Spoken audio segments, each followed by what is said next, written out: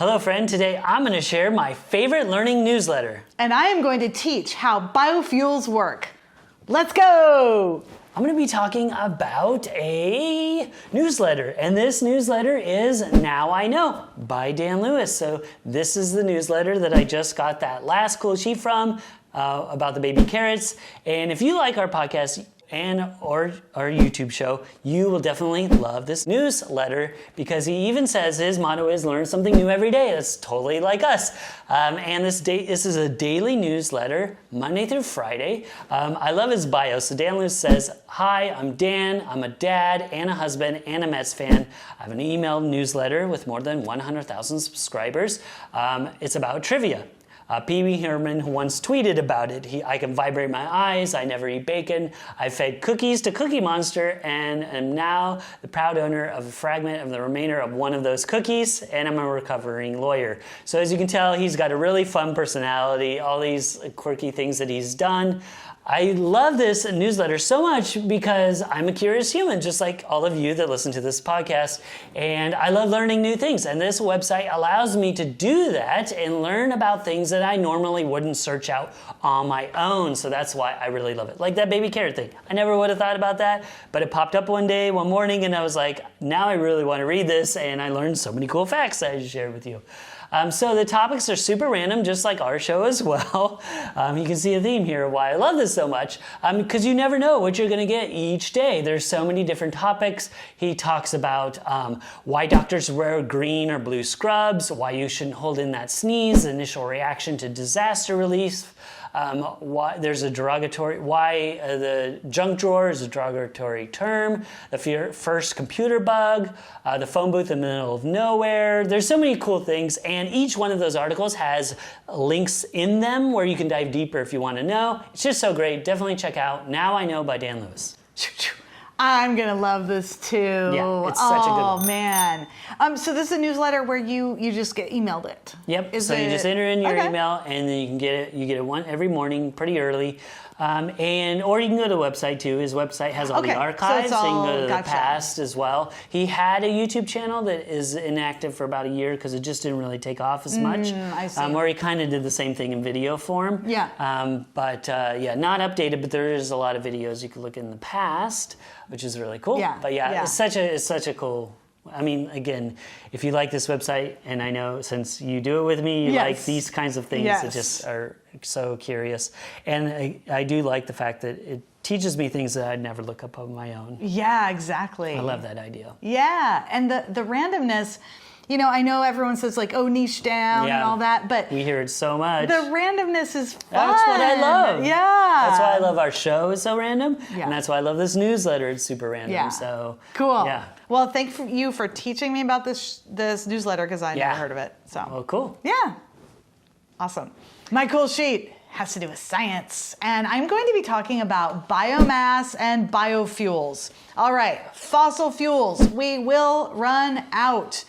But our infrastructure is mostly made for burning carbon-based compounds. So we have natural gas, propane, gasoline, diesel, all these things that come from oil that are under the earth. We drill for, we bring it up, and that's everything we're going to burn, and then there will be nothing left, right? So, of course, alternative energy sources have been investigated for years, like solar, like wind, like hydroelectric, etc.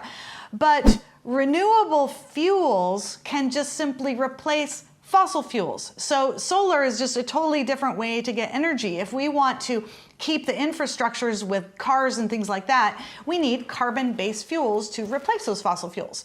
All right, we are already doing this, but I want to say it could be expanded enormously and explain a little bit about what are these biofuels and why are they renewable. All right, so this comes down to something called cellulose. Can explain some of the biofuels that we can use.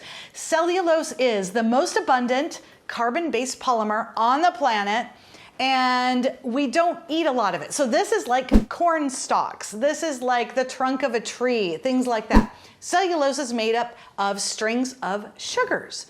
ethanol. Where does that come from? That is made from the fermentation of sugars, right? So if we ferment cellulose from corn stalks that we're not eating anyway, then we can make ethanol. And that is how a lot of ethanol is made. It is put in 10% of gasoline already to make it go further.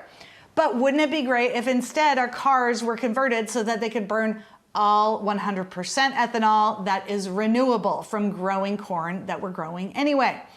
Biodiesel, that's another type of biofuel. This is also made from plants, so it can be grown, so it's renewable, but now it's coming from the fats. So this needs to come from other parts of the plant like seeds. And so these fats can be turned into biodiesel, which is very similar to regular diesel, can be folded into diesel in the same kind of way that ethanol is put into gasoline. And we're talking about carbon neutral because the plants are absorbing carbon dioxide anyway. So then when we burn them, it's just re-released. We're not adding more carbon dioxide to the atmosphere. Biofuels. This is so cool. I'm glad that we're talking about this. You know, biofuels, especially ethanol, was really popular maybe 10, 20 years ago, almost now, 15 years ago. Yeah. And it kind of went by the wayside. And do you know, is that like a big oil thing where they kind of shut it down and Always. But I always heard that it was like, oh, wasn't that efficient? Or it was like, no, it's you great. had to produce so many crops of corn and the yield was really, really low. And I never quite knew. I'm like, oh, is this like when they tried to kill the electric car? Well, they did for a long time. Yes. Finally, it's making a comeback. Or if there's some truth to it. No, so there's so much more ways. So even if they tried to make the argument that it's like, oh, the corn, you know, something with the corn. Well, it doesn't have to be just corn that you get it from. So let's say we have, I don't know, I mean, it can come from pretty much any kind of plant. So let's say we're doing a hemp or any of the cannabis farms, you know, where they're just getting the bud. There's all of that hemp as well. There's any kind of, there's trees that grow really fast that are already used like for pulp. And so it could come from that, many, many sources. So yeah, we already put it in, like I said, 10%. You always see that, 10% ethanol when you're filling up your car. And there are cars that are over 50% ethanol that they can burn it. So that already exists, and we could absolutely go to 100%. There's probably a few like little prototype buses that are being used in little communities that do use 100% ethanol, but we could completely replace. There's no reason why not. Well, that's cool. I hope that we get more and more doing things like this. Yeah, I remember also there was like, you know, every so often you'd hear about this kind of eccentric, you know, guy that converted his car to take more of those biofuels. And he would go to like restaurants and get grease, like that's the biodiesel. Yes. And then, you know, but it was just like, I don't know, again, like the way it was portrayed on the news, and maybe he had longer hair and a scruffy beard, and so he got this connotation with it and the stereotype, which is unfortunate. It's like, no, this is something that should be totally not seen as quirky and not at all, you know, weird, but should be more mainstream, you know. No, and once you learn and just look at the chemical structure of biodiesel, it looks really similar to regular diesel. Like there's, you know, if you're just looking at a molecular scale, it's going to burn the same way. It's going to burn it. That's crazy. So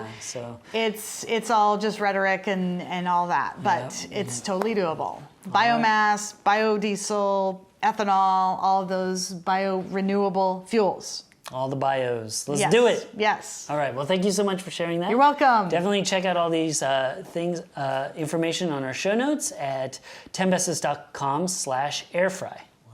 Thank you for joining us, friend. I'm Brian Hart. I'm Karen McFarland-Holman. And let us know in the comments, what's your favorite place to learn new things? And let us know, have you heard of biomass before? If you're enjoying the show, give us a like and share with a friend. Stay tuned for another wonderful show. And don't forget to stay curious.